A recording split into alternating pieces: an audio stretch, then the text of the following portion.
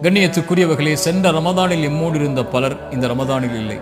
என்னோடு என் உரையை கேட்டு என்னோடு வாழ்ந்த பலர் சென்ற ரமதானில் இருந்தவர்கள் இந்த ரமதானில் இல்லை. நானும் நீங்களும் இந்த நாளை இந்த ரமதானில் கடப்போமா, அடுத்த ரமதானை அடைவோமா என்று யாரும் உறுதியிட்டு சொல்ல முடியாது. எம்முடைய இறுதி ரமதானாக கூட இது இருக்கலாம். அல்லாஹ் எமக்கு பல ரமதானை அடையக்கூடிய பாக்கியத்தை தரட்டும். ஆனால் எமக்கு தெரியாது. குர்ஆன் சொல்லுகிறது, ஒமா தத்ரி நஃப்சும் மாதா தக்ஸிபு கதன், நாளை ஒரு ஆத்மா எதை சம்பாதிக்கும் என்று அந்த ஆத்மா அறியாது.